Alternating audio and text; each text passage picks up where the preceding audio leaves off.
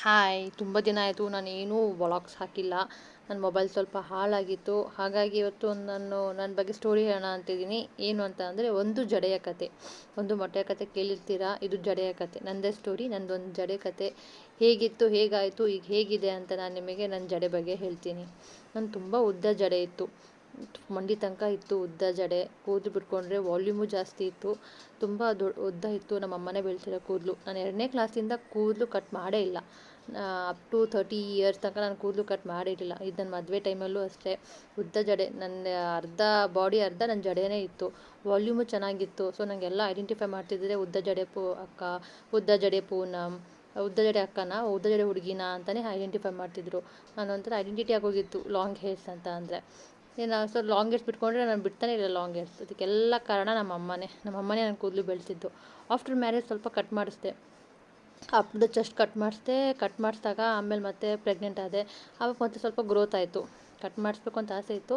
So delivery ಟೈಮಲ್ಲಿ usually growth ಎಲ್ಲ ಆಗುತ್ತೆ, ಚೆನ್ನಾಗಾಗುತ್ತೆ ಅಂತಾರಲ್ಲ ಅಂತ ಮತ್ತೆ ಅವಾಗ ಸ್ವಲ್ಪ ಬಿಟ್ಟೆ. ಸೊ ಮತ್ತು ಯೂಶ್ವಲಿ ಗ್ರೋತ್ ಸ್ವಲ್ಪ ಬಮ್ ತನಕ ಬಂದಿತ್ತು, ಟಚ್ ಆಗ್ತಿತ್ತು. ಸೊ ಹಾಗಾಗಿ ಗ್ರೋತ್ ಚೆನ್ನಾಗಾಯಿತು ಆಫ್ಟರ್ ಡೆಲಿವರಿ. ಆಮೇಲೆ ಮಗು ಆದಮೇಲೆ ಗೊತ್ತಲ್ಲ, ಮಗು ಆದಮೇಲೆ ಯಾವ ಥರ ಕಷ್ಟ ಇರುತ್ತೆ. ತಲೆ ಸ್ನಾನ ಮಾಡಿಸೋದು, ಒಣಗಿಸೋದು, ಅದು ಹಸಿ ಇದ್ದರೆ ಕಷ್ಟ, ಶೀತ ಅಂತ.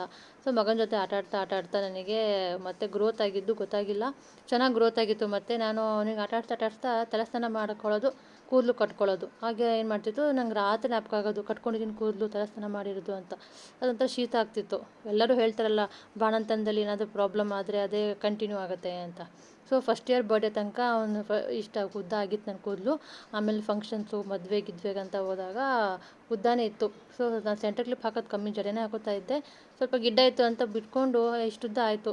ನಂಗೆ ಅದು ಮೇಂಟೈನ್ ಮಾಡೋಕ್ಕೆ ಕಷ್ಟ ಆಗ್ತಿತ್ತು. ನನ್ನ ಮಗ ಎಳಿತಾ ಇದ್ದ ಕೂದಲು, ತಲೆ ತನ ಮಾಡಿದಾಗ ನನಗೆ ಡ್ರೈ ಮಾಡೋಕ್ಕಾಗ್ತಿರ್ಲಿಲ್ಲ, ಟೈಮ್ ಸಾಕಾಗ್ತಿರ್ಲಿಲ್ಲ.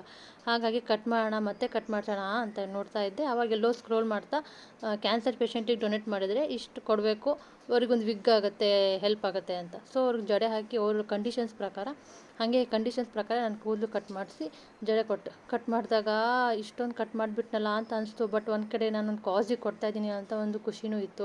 ಸೊ ಎಲ್ಲ ಕಟ್ ಮಾಡಿಸಿದ್ಮೇಲೆ ನನ್ನ ಕೂದಲು ಇಷ್ಟ ಆಗೋಗಿತ್ತು ನನಗೆ. ನಮ್ಮಮ್ಮಂಗೆ ತುಂಬ ಬೇಜಾರಾಯಿತು. ನಾನು ಅಷ್ಟೊಂದು ಕೂದಲು ಕೊಟ್ಬಿಟ್ನಲ್ಲ, ಅಷ್ಟು ಕಟ್ ಮಾಡಿಸಿದ್ದು ಬೆಳೆಸಿದ ಕೂದಲು ನಮ್ಮಮ್ಮಂಗೆ ಸ್ವಲ್ಪನೂ ಇಷ್ಟ ಇರಲಿಲ್ಲ. ಬಟ್ ನನ್ನ ಹತ್ರ ಅವ್ರು ಹೇಳ್ತಾ ಇರಲಿಲ್ಲ, ಬಿಕಾಸ್ ಅದು ಅವ್ರ ಕೂದಲು ಅಂತ ನಾನು ಐಡೆಂಟಿಫೈ ಮಾಡೋದು. ಸೊ ಕಟ್ ಮಾಡಿದಾಗ ಗಿಪ್ಪಿಗೆಲ್ಲ ಹೋಗಿ ಬಂದೆ. ಮದುವೆ ಆಗಿದ್ದೀನಿ ಅಂತ ಅನಿಸ್ತಾನೆ ಇರಲಿಲ್ಲ. ಸೊ ಆ ಥರ ಎಲ್ಲ ತಿರುಗಾಡ್ತಿದ್ದೆ ಶಾರ್ಟ್ ಹೇರ್ಸ್ ಮಾಡಿಕೊಂಡು. ಬಟ್ ಆಮೇಲೆ ಮತ್ತೆ ನಾನು ಮೈಸೂರಿಗೆ ಬಂದೆ. ಅಲ್ಲಿಂದ ಮತ್ತೆ ನಂದು ಗ್ರೋತ್ ಒಂದು ಲೆವೆಲಿಗೆ ಆಯಿತು. ಸೊ ಅದಕ್ಕೆಲ್ಲ ಅಮ್ಮನೇ ಕಾರಣ. ಅಮ್ಮ ಮತ್ತು ಸ್ವಲ್ಪ ಎಲ್ಲ ಎಣ್ಣೆ ಎಲ್ಲ ಮಾಡಿಕೊಟ್ರು ನನಗೆ. ಸೊ ಆ ಎಣ್ಣೆ ಬೇಕಾದ್ರೆ ನಾನು ವೀಡಿಯೋ ಕಳಿಸ್ಕೊಡ್ತೀನಿ.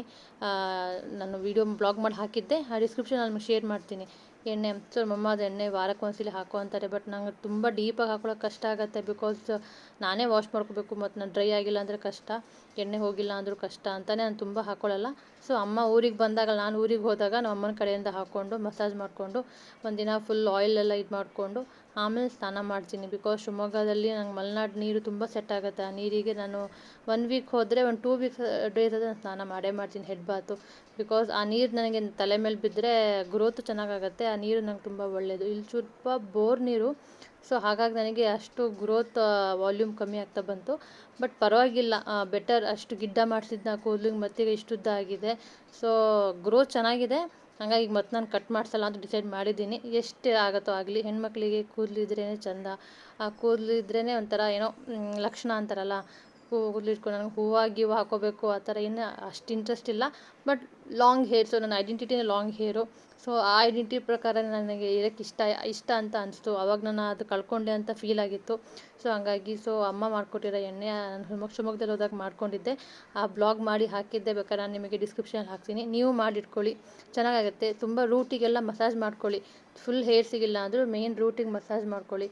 ಮಸಾಜ್ ಮಾಡಿಕೊಂಡು ಮಾರ್ನಿಂಗ್ ಒಂದು 2 ಅವರ್ಸ್ ಬಿಟ್ಟರು ಆಯಿತು, ಇಲ್ಲ ಈವ್ನಿಂಗ್ ಇಲ್ಲ ನೈಟ್ ಹಾಕ್ಕೊಂಡ್ರು ಆಯಿತು. ಒಬ್ಬೊಬ್ಬರು ತುಂಬ ಹೊತ್ತು ಹಾಕೋಬಾರ್ದು ಅಂತಾರೆ. ಬಟ್ ವಾಟ್ ಎವರ್, ನೀವು ತಲೆಗೆ ಎಣ್ಣೆ ಹಾಕ್ಕೊಂಡ್ಮೇಲೆ ಬಾಚಣಿಕೆಯಿಂದ ಬಾಚ್ಕೋಬೇಡಿ, ತುಂಬ ಕೂದಲು ಉದುರುತ್ತೆ. ಸೊ ಅದನ್ನು ಹಾಗೆ ಇದು ಮಾಡಿಕೊಂಡು ನೀವು ಜಡೆ ಹಾಕ್ಕೊಳ್ಳಿ. ವಿತೌಟ್ ಕೂಮ್ ಮಾಡ್ಕೊಂಡ್ಲೆ ಜಡೆ ಹಾಕ್ಕೊಳ್ಳಿ, ಇಲ್ಲ ವಿತೌಟ್ ಕೂಮ್ ಮಾಡ್ಕೊಂಡು ಹಾಗೆ ಇದು ಮಾಡ್ಕೊಂಡು ಸ್ನಾನ ಮಾಡ್ಕೊಳ್ಳಿ. ಬಟ್ ಬಾಚಣಿಕೆಯಿಂದ ಬಾಚ್ಕೊಳಕ್ಕೆ ಹೋಗಬೇಡಿ. ನನ್ನ ಮಗನೂ, ನಾನು ಬರ್ತೀನಮ್ಮ ನನಗೂ ಹಾಕು ಎಣ್ಣೆ ಅಂತ, ಅವನು ಬ್ಲಾಗ್ ಮಾಡ್ತೀನಿ ಅಂತ ಅವನು ಬಂದ. ಸೊ ಅವನಿಗೂ ಸ್ವಲ್ಪ ಎಣ್ಣೆ ಹಾಕಿದೆ.